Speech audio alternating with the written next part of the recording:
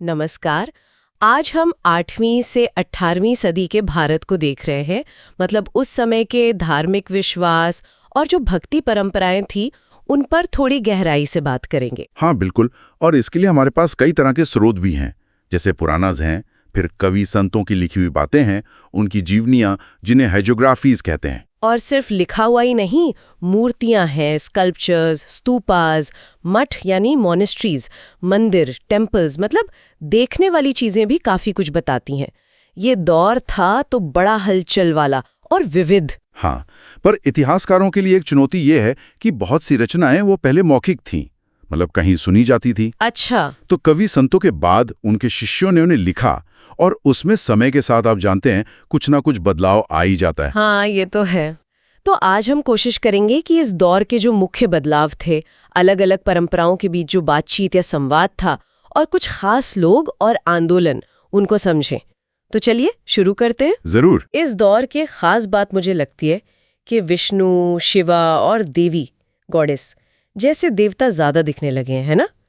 कहते हैं कि दो प्रक्रियाएं चल रही थी। हाँ। एक तो थी ब्राह्मणिकल आइडियाज का फैलना। हाँ, जैसे पुराणों को सरल संस्कृत छंदों में लिखना ताकि वो महिलाओं और शूद्रों तक भी पहुंच सकें, जिन्हें पहले शायद वेद पढ़ने की अनुमति नहीं थी। और दूसरी प्रक्रिया थी कि ब्राह्मण जो थे उन्होंने भी दूसरे सामाजिक वर्गों की जो मान्यताएं थीं, जो प्रथाएं थी, उनको स्वीकार किया, उनमें बदलाव भी किए। अच्छा, मतलब एक तरह का लेन देन। हाँ बिल्कुल। समाजशास्त्री इसे ग्रेट यानी महान और लिटिल यानी लघु परंपराओं के बीच का संवाद कहते हैं। रॉबर्ट रेडफील्ड ने ये कॉन्सेप्ट दिया था। हाँ, सुना है। उन्होंने देखा कि कैसे किसान लोग ऊंचे वर्गों की जैसे पुजारी या शासक उनकी रीतियों, ग्रेट ट्रेडिशन को भी मानते थे, और साथ साथ अपनी जो स्थानीय प्रथाएं थी, लिटिल ट्रेडिशन, उन्हें भी निभाते थे। और ये दोनों वक्त के साथ बदलती भी गई। बिल्कुल।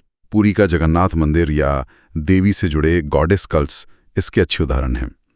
हालांकि विद्वान कई बार इन महान और लघु शब्दों से थोड़ा असहज होते हैं, क्योंकि इससे एक ऊंच नीच का भाव आता है। हाँ, समझ सकती हूँ। अच्छा, और देवी पूजा से जुड़ी कई पद्धतियों को तांत्रिक भी कहा गया है ना? हाँ, तांत्रिक प्रथाएं उपमहाद्वीप में काफी फैली हुई थीं, और खास बात ये थी कि महिलाओं और पुरुषों दोनों के लिए खुली थी। अच्छा। और अक्सर अनुष्ठानों में जाति और वर्ग के भेद को ये लोग मानते नहीं थे, नजरअंदाज करते थे। इन विचारों का असर शैविज्म और बुद्धिज्म पर भी पड़ा। तो ये वैदिक और पुराणिक परंपराओं से काफी अलग हो गया। हाँ बिल्कुल। आप देखें तो वैदिक देवता जैसे अग्नि, इंद्र, सोम, वो उतने महत्वपूर्ण नहीं रहे, और जो लोग वैदिक परंपरा को मानते थे वो अक्सर ऐसी प्रथाओं की निंदा करते थे जो यज्ञों या मंत्रों से हटकर थीं। और दूसरी तरफ तांत्रिक प्रथाओं वाले वेदों के अधिकार को नहीं मानते थे। सही। और दूसरे धर्मों जैसे बौद्ध या जैन, उनके साथ भी कभी कभी तनाव रहता था। तो इसी पूरे माहौल में हमें भक्ति परंपराओं को देखना होगा। हाँ, भक्ति, इसमें तो ईश्वर की सगुणा और निर्गुणा उपासना दोनों शामिल थी। बिल्कुल। सगुणा यानी विशेषताओं के साथ, रूप के साथ, और निर्गुणा मतलब बिना किसी रूप या विशेषता के। शुरुआती भक्ति आंदोलन करीब 6वीं सदी में दक्षिण में अल्वार्स जो विष्णु के भक्त थे और नायनार्स जो शिवा के भक्त थे, उन्होंने शुरू किए। ये लोग तमिल में भजन गाते हुए घूमते थे, है ना? हाँ, और उन्होंने तीर्थ स्थल स्थापित किए और जाति व्यवस्था और ब्राह्मणों के दबदबे का विरोध भी किया, जैसे तोंडारादिपदी या अप्पार की रचनाओं में ये दिखता है। और आल्वर्स की रचनाओं का संकलन है नालायरा दिव्य प्रबंधम, उसे तो तमिल वेद भी कहते हैं। सही कहा। और इसमें महिला भक्तों का भी बड़ा योगदान था, जैसे आंडाल और कराईकल अमैयार। इन्होंने उस समय के पितृसत्तात्मक सोच को चुनौती दी। यहाँ बात और दिलचस्प हो जाती है जब चोला शासक आते हैं 9वीं से 13वीं सदी में। उन्होंने तो इन परंपराओं को काफी समर्थन दिया। बहुत ज्यादा। उन्होंने ब्राह्मणों और भक्ति दोनों परंपराओं को समर्थन दिया, जमीनें दान की, और शिवा विष्णु के बड़े भव्य मंदिर बनवाए, जैसे चिदम्बरम तंजावुर में। और उन्होंने तमिल शैव भजनों को मंदिरों में गवाने की व्यवस्था की और उन्हें ग्रंथ तेवारम उसमें संकलित भी करवाया। हाँ, शासकों को भी इन संतों से एक तरह की वैधता, समर्थन मिलता था, तो वो उनकी तरफ झुकते थे। उसी समय के आसपास 12वीं सदी में कर्नाटक में एक और आंदोलन उभरा, वीराशैवा या लिंगायत्स। बासवन्ना के नेतृत्व में ये लोग शिवा की पूजा लिंग के रूप में करते हैं, और इन्होंने जाति व्यवस्था, पुनर्जन्म के सिद्धांत और कुछ पुरानी धर्मशास्त्रीय प्रथाएं जैसे दाह संस्कार, इनको चुनौती दी। अच्छा, और विधवा पुनर्विवाह जैसी बातों को बढ़ावा दिया। हाँ बिल्कुल। और इनके बारे में हमारी समझ कन्नड़ में लिखे वचनों से आती है। अच्छा, अब अगर उत्तर भारत की तरफ देखें तो उसी दौर में क्या हो रहा था?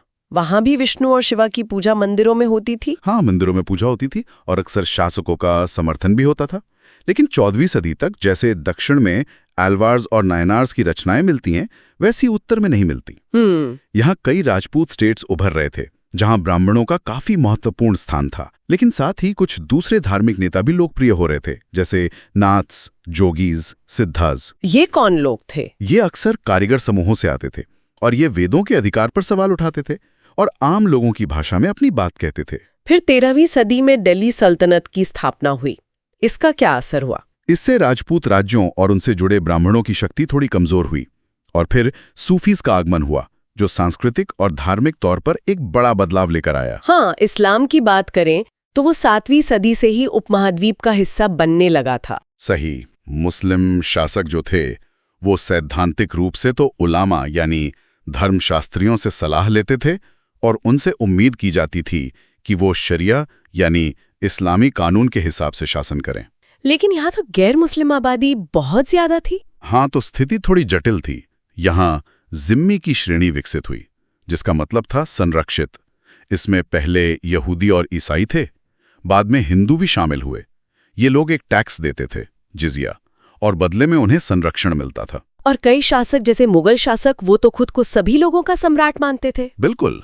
अकबर और यहाँ तक कि औरंगजेब ने भी कई बार हिंदू, जैन, पारसी, ईसाई और यहूदी धार्मिक संस्थानों को जमीनें दी और टैक्स में छूट भी दी। और इस्लाम सिर्फ शासक वर्ग तक नहीं रहा, बल्कि आम लोगों में भी फैला। हाँ, किसान, कारीगर, योद्धा, व्यापारी, मतलब अलग अलग सामाजिक स्तरों तक फैला।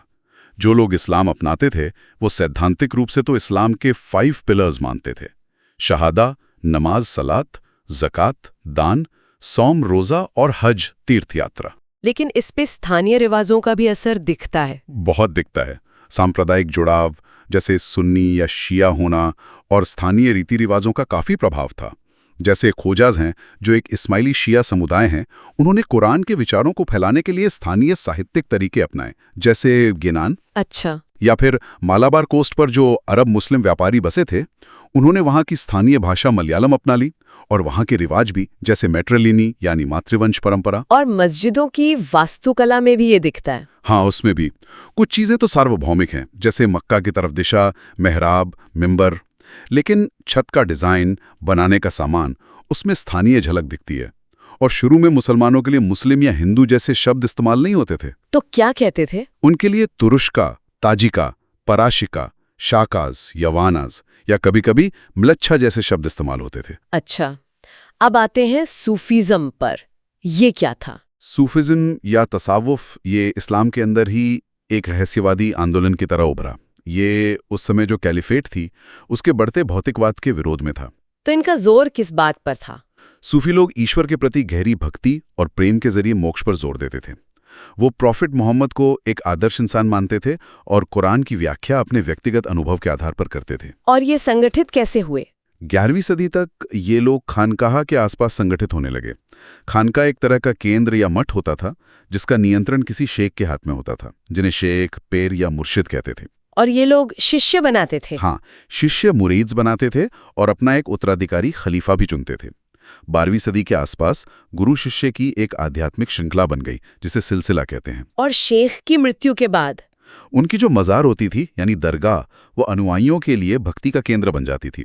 वहां लोग जियारत यानी तीर्थयात्रा करने जाते थे, खासकर उनके उर्स पर, मतलब पुण्यतिथि पर। अच्छा, उर्स पर माना जाता था कि संत मरने के बाद ईश्वर से मिल जाते हैं और उनमें बरकत यानी कृपा आ जाती है, जिससे वो करामात यानी चमत्कार भी कर सकते हैं।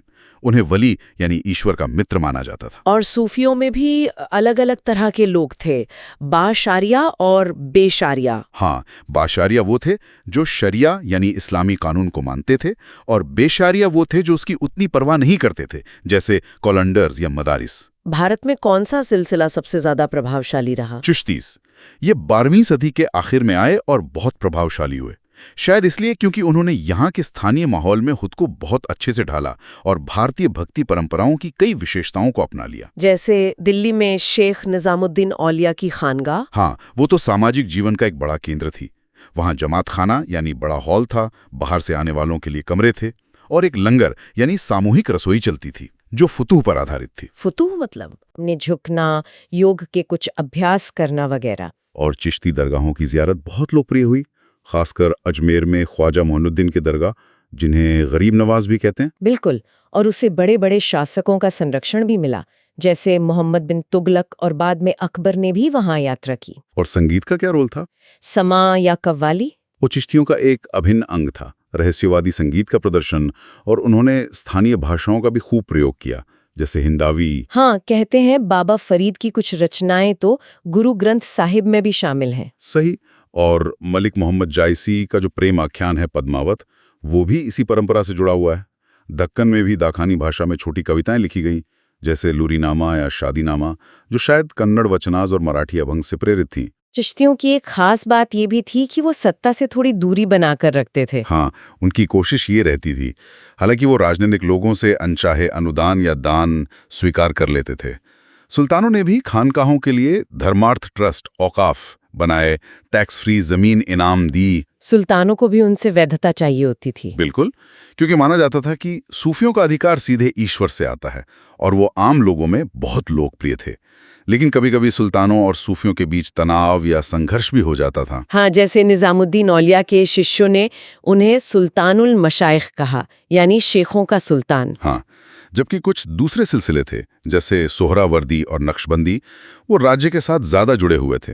कभी कभी दरबारी पद भी स्वीकार कर लेते थे। अच्छा, अब अगर हम बाद के भक्ति संतों की बात करें तो कबीर का नाम सबसे पहले आता है, शायद 14वीं-15वीं सदी के। हाँ, कबीर बहुत महत्वपूर्ण है। उनकी रचनाएं 3 मुख्य परंपराओं में मिलती हैं। कबीर बीजक, जो कबीर पंथ के लोग मानते हैं, कबीर ग्रंथावली, जिसे दादू पंथ से जोड़ा जाता है, और आदि ग्रंथ साहिब में भी उनके पद हैं। उनकी भाषा भी अलग थी, संत भाषा और उलटबांसी। हाँ, संत भाषा मतलब संतों की मिलीजुली भाषा, और उलटबांसी यानी उलटबांसी, जिसमें वो उल्टी या रहस्यमयी बातें कहते थे। उन्होंने परम सत्य को बताने के लिए इस्लामी शब्द भी इस्तेमाल किए, अल्लाह, खुदा, हजरत, पिर, और वेदांतिक शब्द भी अलख, निराकार, ब्रह्मण, आत्मन। और उन्होंने स्थापित धार्मिक और सामाजिक संस्थाओं पर काफी सवाल उठाए। बिल्कुल। फिर आते हैं बाबा गुरु नानक, 1469-1539। उन्होंने निर्गुण भक्ति का प्रचार किया, बाहरी कर्मकांडों को नकारा और ईश्वर, जिसे वो रब कहते थे, उसके नाम के स्मरण पर जोर दिया। उनके भजन शब्द कहलाते हैं और उन्होंने अपने अनुयायियों को एक समुदाय संगत में संगठित किया। और बाद में गुरु अर्जुन ने उनकी और अन्य संतों की वाणियों को आदि ग्रंथ साहिब में संकलित किया, जिसे फिर 10वें गुरु गोबिंद सिंह ने अंतिम रूप दिया, गुरु ग्रंथ साहिब बनाया और खालसा पंथ की स्थापना की। और महिलाओं में मीराबाई का नाम भी आता है, 15वीं-16वीं सदी की। हाँ, मीराबाई एक राजपूत राजकुमारी थी जो कृष्णा की भक्त थी। उन्होंने पारंपरिक भूमिकाओं को नकार दिया और बहुत ही भावपूर्ण गीत लिखे। माना जाता है कि उनके गुरु रायदास थे, जो एक चर्मकार थे। ये भी सामाजिक बंधनों को तोड़ने वाली बात हुई। और असम में शंकरादेवा। हाँ, 15वीं सदी में शंकरादेवा ने असम में वैष्णविज्म का प्रचार किया। उन्होंने नाम कीर्तन, नाम का जाप, सत्संग, सतरा, मठ और नामघर, प्रार्थना घर पर जोर दिया। तो ये सब बहुत विविध रास्ते थे भक्ति के। बिल्कुल। और आप देखें तो इन सब में मतभेद भी थे, लेकिन एक आम बात ये थी कि ये अक्सर क्षेत्रीय भाषाओं का इस्तेमाल करते थे और स्थानीय परंपराओं से प्रेरणा लेते थे। इससे गहरे विचार आम लोगों तक पहुंच सके। तो अंत में एक सवाल ये उठता है कि इन परंपराओं के बीच जो ऐतिहासिक संवाद हुआ, जो मिश्रण हुआ, उसको समझना आज हमारे लिए क्यों महत्वपूर्ण है। ये हमें आज के उपमहाद्वीप में आस्था और संस्कृति का जो जटिल ताना बाना है, उसे समझने में कैसे मदद करता है। हाँ, ये एक बहुत अहम सवाल है जिस पर शायद श्रोता भी सोच सकते हैं। बिल्कुल। तो हमने देखा कि ये दौर कितना समृद्ध और गतिशील था, जहां विचार लगातार बन रहे थे, मिल रहे थे और बदल रहे थे। इस गहरी पड़ताल में हमारे साथ शामिल होने के लिए धन्यवाद।